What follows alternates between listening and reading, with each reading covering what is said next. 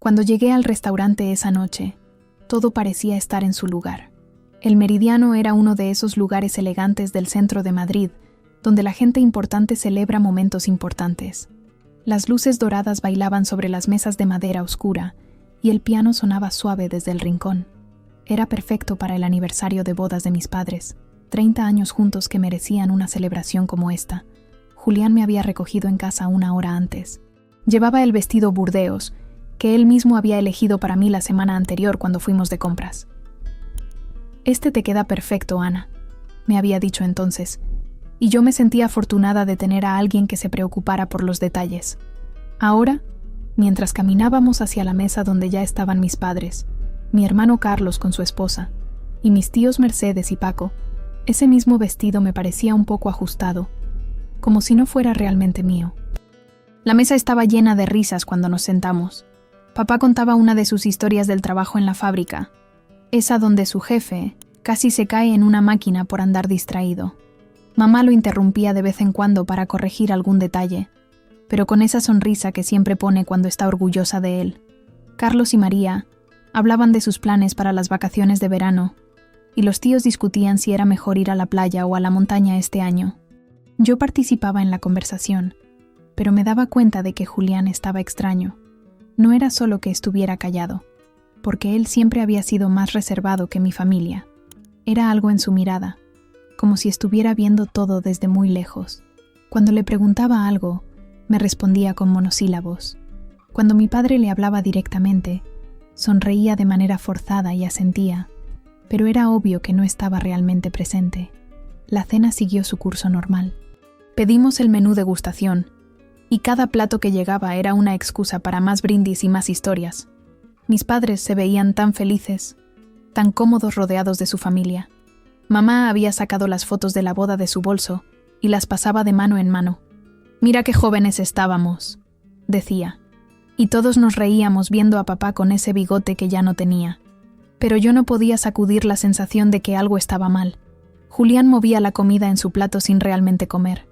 Sus respuestas eran cada vez más cortas, y cuando mi tío Paco le preguntó por su trabajo en la empresa de seguros, él simplemente dijo que «todo bien», y siguió mirando hacia la ventana. Traté de compensar su silencio siendo más participativa, riendo más fuerte, haciendo más preguntas, pero por dentro empezaba a sentir una incomodidad que no sabía cómo explicar. Cuando sirvieron el postre, mamá se puso de pie para hacer un pequeño discurso. Habló de los años que habían pasado juntos, de los buenos y malos momentos, de cómo la familia siempre había sido lo más importante. Todos aplaudimos y brindamos otra vez. Fue entonces cuando noté que Julián no había levantado su copa. La tenía en la mano, pero no la había alzado. Me acerqué a él y le susurré: «¿Estás bien, amor?». Su respuesta fue una mirada que nunca había visto antes, fría, casi de desprecio. Se apartó ligeramente de mí, como si mi cercanía le molestara. El corazón me empezó a latir más rápido. Algo definitivamente estaba pasando, pero no sabía qué era ni cómo manejarlo delante de toda mi familia. Los siguientes minutos fueron eternos. Mientras los demás terminaban el postre y pedían café, yo trataba de entender qué había hecho mal, por qué Julián estaba actuando así. Repasaba mentalmente la semana, buscando alguna pelea que hubiera olvidado, alguna palabra que hubiera dicho que lo molestara, pero no encontraba nada. Habíamos estado bien, o al menos eso creía yo. Fue cuando papá estaba contando otra historia que Julián se levantó lentamente de su silla. El movimiento fue tan deliberado que todos nos callamos y lo miramos. Pensé que iba al baño, pero se quedó ahí de pie, mirándonos a todos con esa expresión extraña que había tenido toda la noche. El silencio se hizo pesado, incómodo. Las palabras que salieron de su boca fueron como una bofetada en pleno rostro. «Ana me pertenece», dijo con una voz que no reconocí, mirando directamente a mis padres. «Y yo solo amo a mi madre». El restaurante siguió funcionando a nuestro alrededor, pero en nuestra mesa el tiempo se había detenido. El pianista seguía tocando, las copas seguían sonando en las otras mesas, pero nosotros estábamos congelados en una burbuja de silencio. Sentí como si todo mi cuerpo se hubiera desconectado de mi cerebro. Mis manos temblaban sobre la servilleta, pero no podía moverme. La cara de mi padre se había puesto roja, pero no de vergüenza, sino de una rabia que raramente le había visto. Mamá tenía la boca abierta, como si fuera a decir algo, pero no encontrara las palabras. Carlos se había enderezado en su silla y miraba a Julián con una expresión que daba miedo. María tenía los ojos muy abiertos, y mis tíos intercambiaban miradas de confusión. Lo que más me dolió no fueron las palabras en sí, sino la forma en que las dijo, como si fuera lo más natural del mundo, como si hubiera estado esperando toda la noche el momento adecuado para humillarme delante de las personas que más quiero, como si yo fuera un objeto del que se puede hablar en tercera persona estando presente. Me pertenece. La frase se repetía en mi cabeza como un eco doloroso. Todos esperaban que yo dijera algo.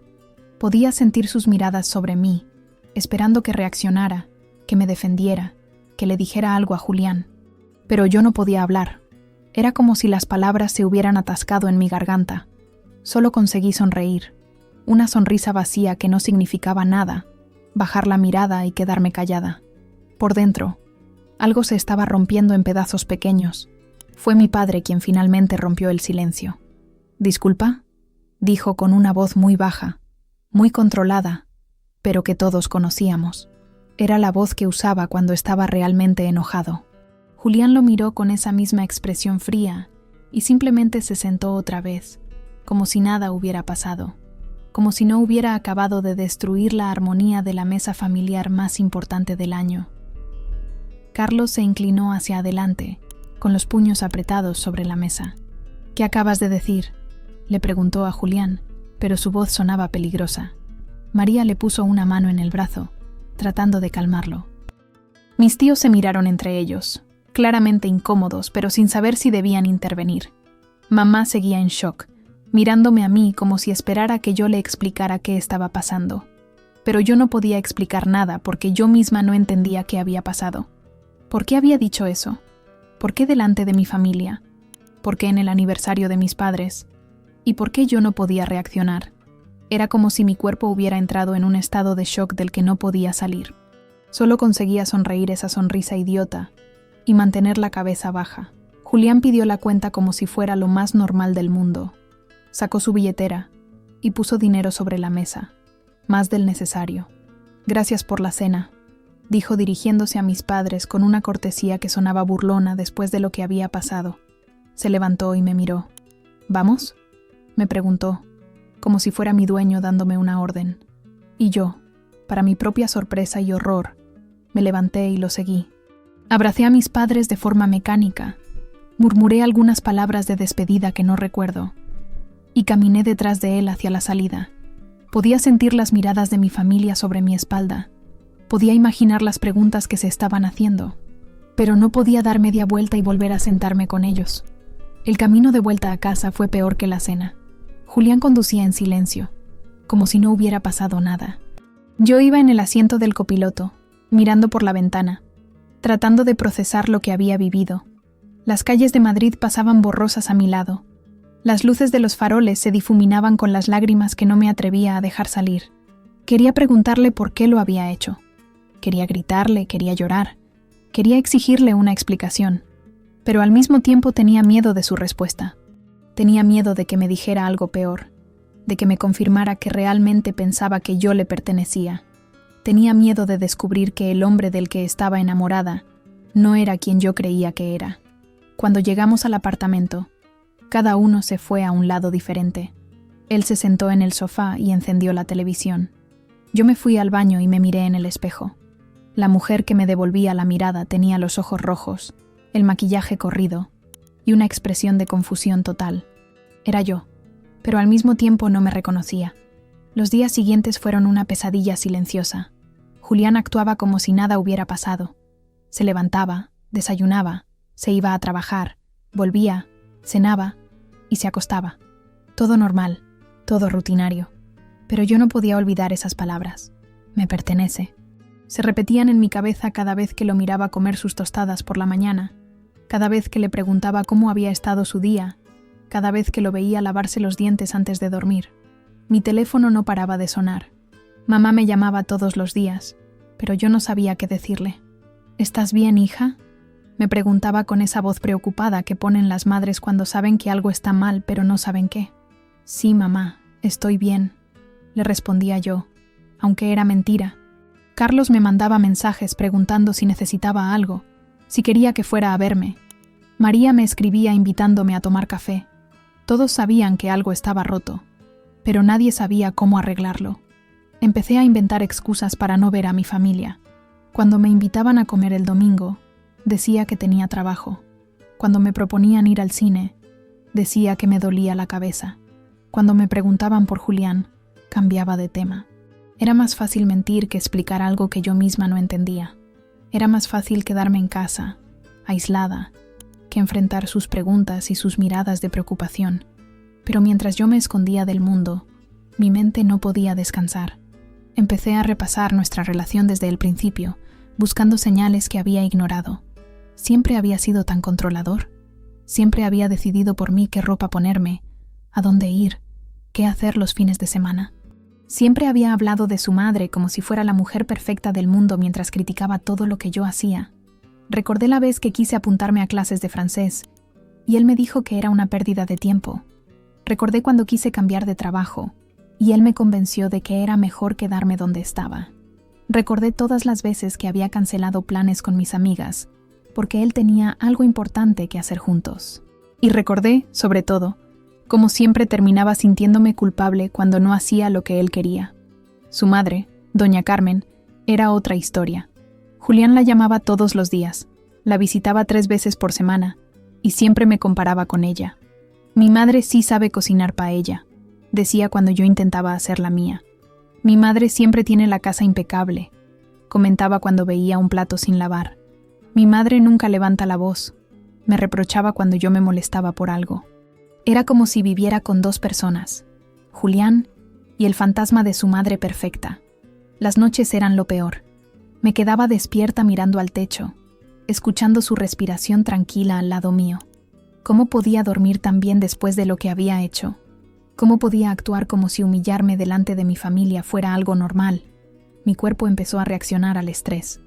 Me dolía el estómago constantemente, tenía palpitaciones y había perdido el apetito.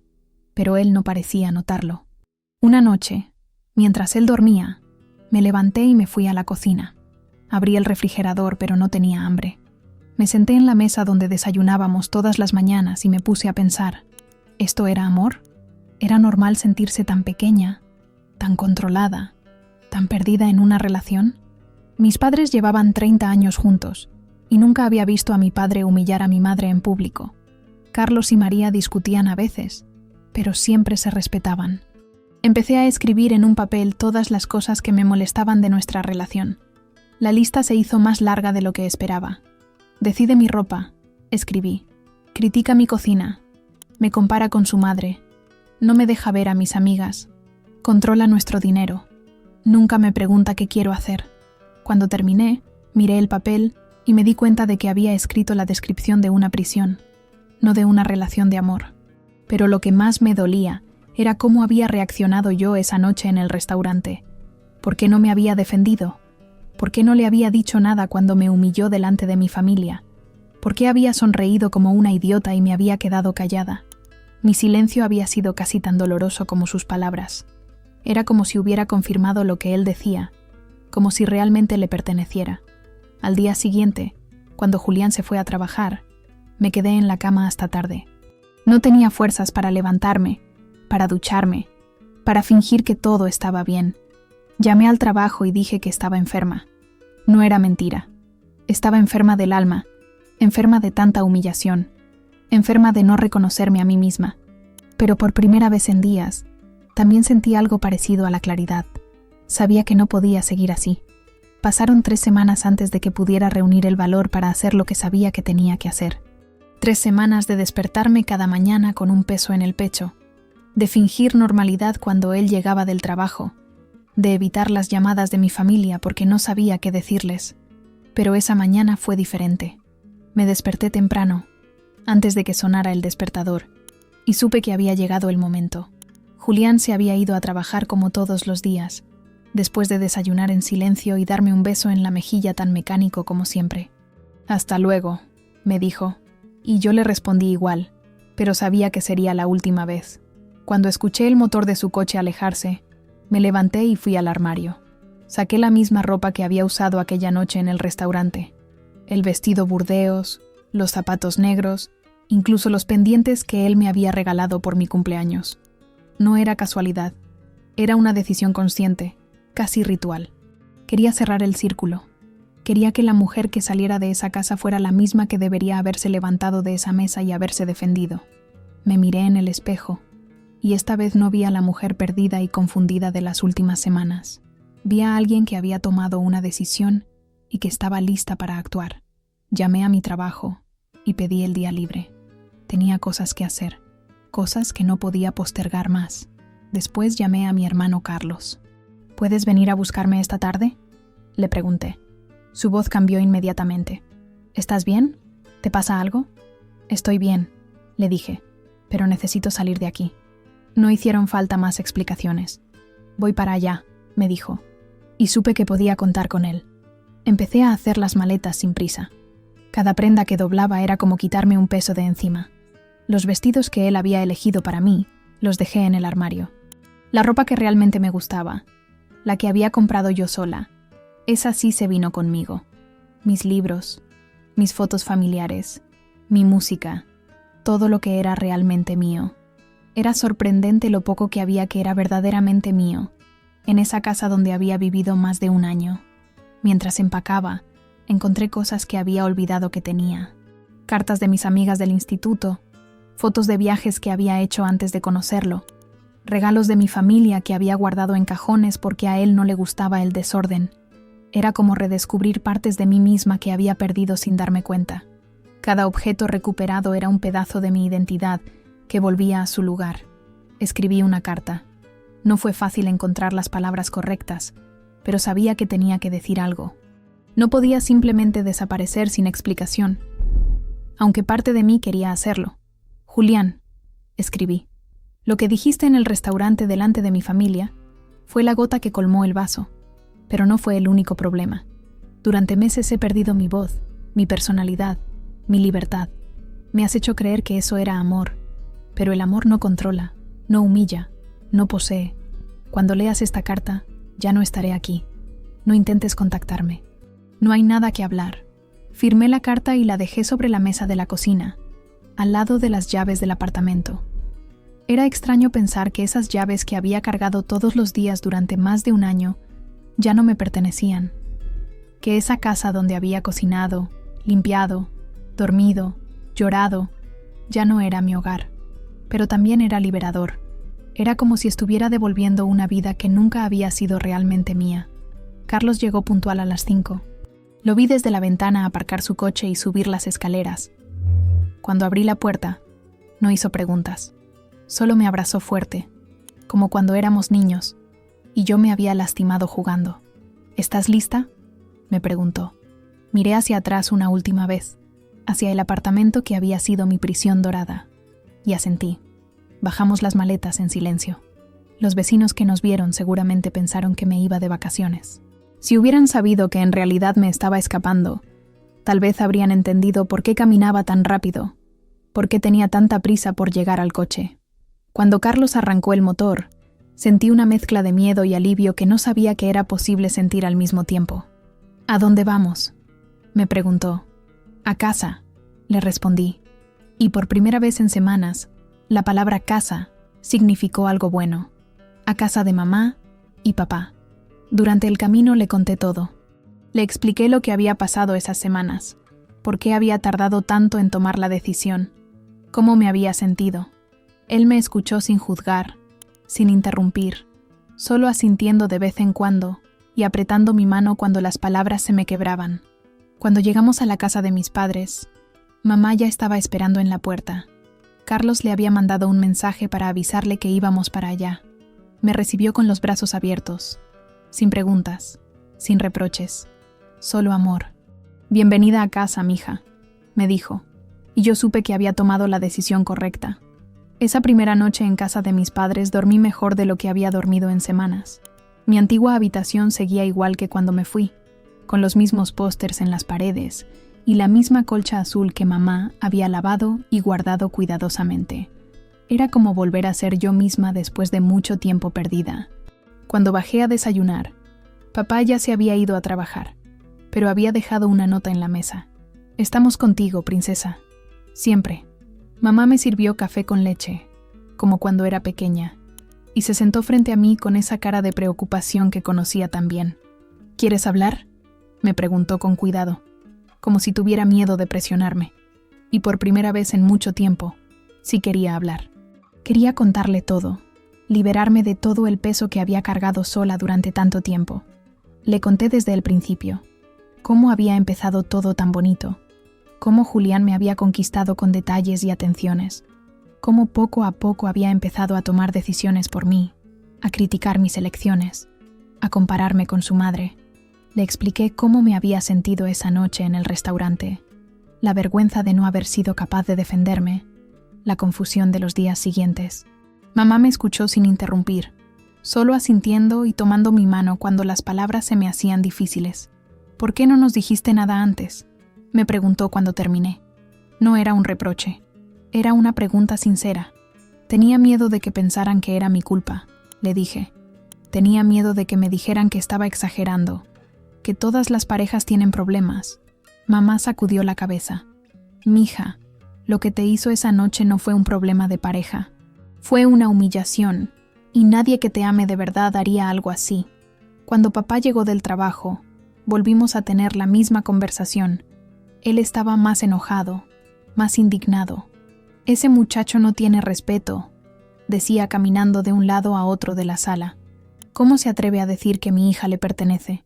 Pero después se calmó y me abrazó. «Lo importante es que estás aquí», me dijo. «Lo importante es que te diste cuenta a tiempo».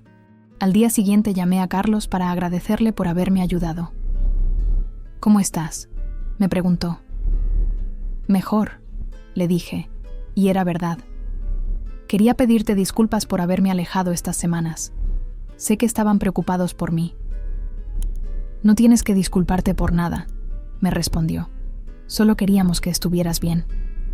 Me invitó a cenar con él y María el fin de semana, y yo acepté. Tenía ganas de volver a ser parte de la familia. María me recibió con un abrazo enorme. «Te extrañamos», me dijo, y yo supe que era verdad. Durante la cena me contaron qué habían pensado esa noche en el restaurante, cómo habían hablado de mí después, cómo habían querido ayudarme pero no sabían cómo. «Estábamos esperando que tú misma te dieras cuenta», me dijo Carlos. «Sabíamos que si te presionábamos te ibas a alejar más». Mis tíos Mercedes y Paco también vinieron a verme.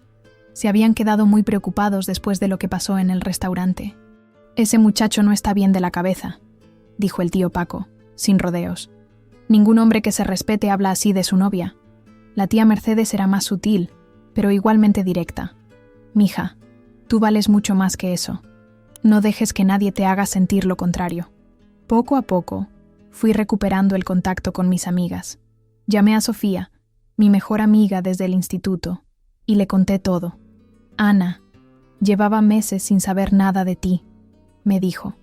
«Cada vez que te llamaba, me decías que estabas ocupada». Era verdad. Julián siempre encontraba razones para que no saliera con mis amigas, y yo había terminado por aislarme completamente. «¿Quieres que salgamos este fin de semana?», me preguntó. «Sí», le dije. «Tengo muchas ganas». Mientras tanto, mi teléfono no paraba de sonar. Julián me había estado llamando y mandando mensajes desde que encontró mi carta. Al principio eran mensajes de confusión. «¿Qué significa esto? ¿Dónde estás? Llámame». Después se volvieron más desesperados. «Por favor, hablemos. Podemos arreglarlo. Te extraño». Y finalmente se pusieron agresivos. «Esto es ridículo. Estás exagerando. Tu familia te está llenando la cabeza». Decidí bloquearlo. No quería escuchar más. No quería que me confundiera con palabras bonitas o que me hiciera sentir culpable. Había tomado mi decisión y no iba a dar marcha atrás. Cada mensaje que no leía era un paso más hacia mi libertad. Cada llamada que no contestaba era una afirmación de que ya no tenía poder sobre mí. Una noche, mientras cenaba con mis padres, mamá me preguntó: «¿Cómo te sientes?». Lo pensé un momento. «Libre», le dije. «Me siento libre por primera vez en mucho tiempo». Y era verdad. A pesar del dolor, a pesar de la confusión, a pesar de todo lo que había pasado, me sentía libre. Libre de ser yo misma, libre de tomar mis propias decisiones, libre de no tener que pedirle permiso a nadie para vivir mi vida. Han pasado 6 meses desde aquella noche en el restaurante, y cuando miro hacia atrás, es como si estuviera viendo la vida de otra persona. La mujer que se quedó callada en esa mesa, que sonrió sin sentido mientras la humillaban, que siguió a su novio como un perro obediente, ya no existe. En su lugar hay alguien que me gusta mucho más, alguien que había olvidado que podía ser. Volví a trabajar con energías renovadas. Mis compañeros notaron el cambio inmediatamente. «Te ves diferente», me decía Laura, mi compañera de escritorio. Más alegre, más tú. Y tenía razón. Había vuelto a ser yo misma. Esa persona que tenía opiniones propias, que hacía chistes, que participaba en las conversaciones sin miedo a ser juzgada. Incluso me ascendieron a un puesto que había querido durante mucho tiempo, pero que nunca me había atrevido a pedir. Los domingos en casa de mis padres se convirtieron en mi tradición favorita.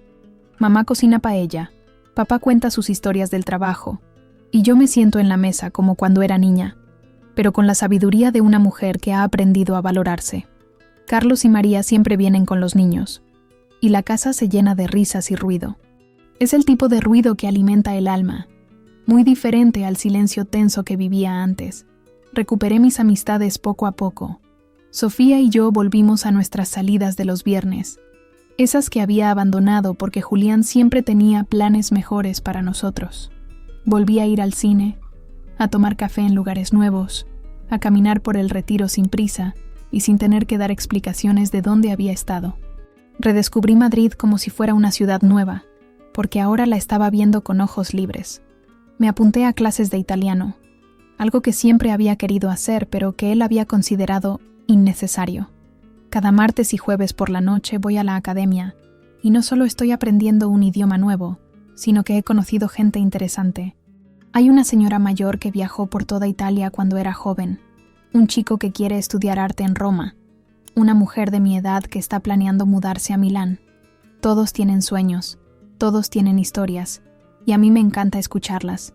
Hace un mes me mudé a mi propio apartamento. Es pequeño, pero es mío.